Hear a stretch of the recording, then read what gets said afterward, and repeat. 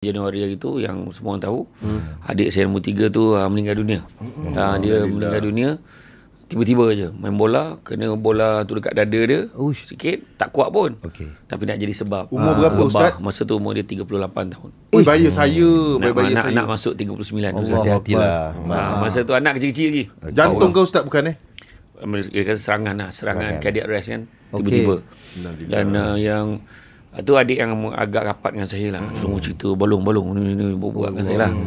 Jadi kemudian saya kalau ikut pendidikan, saya mendapat pendidikan awal di Tadika Kemas Kampung Datuk Mansur. Wah, sama lah Tadika Kemas. Jarang pencamah beritahu dia Tadika mana. Semua tak tinggal Tadika Kemas ni. Cuma dulu zaman saya dulu tak ada konvo kan. Sekarang Tadika semua ada konvo.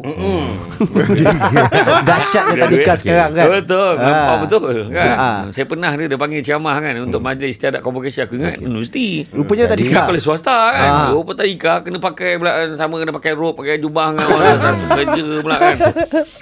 Jadi kemudian saya sekolah di Sekolah Kebangsaan Paroi di Seremban. Kemudian tak sengaja UPSR dapat 5A. Wow, salah paper tu. Oh, dahsyat, tak sengaja tu. Kalau kita tak masuk dah senarai. Kalau sengaja macam mana yang dijangka kan.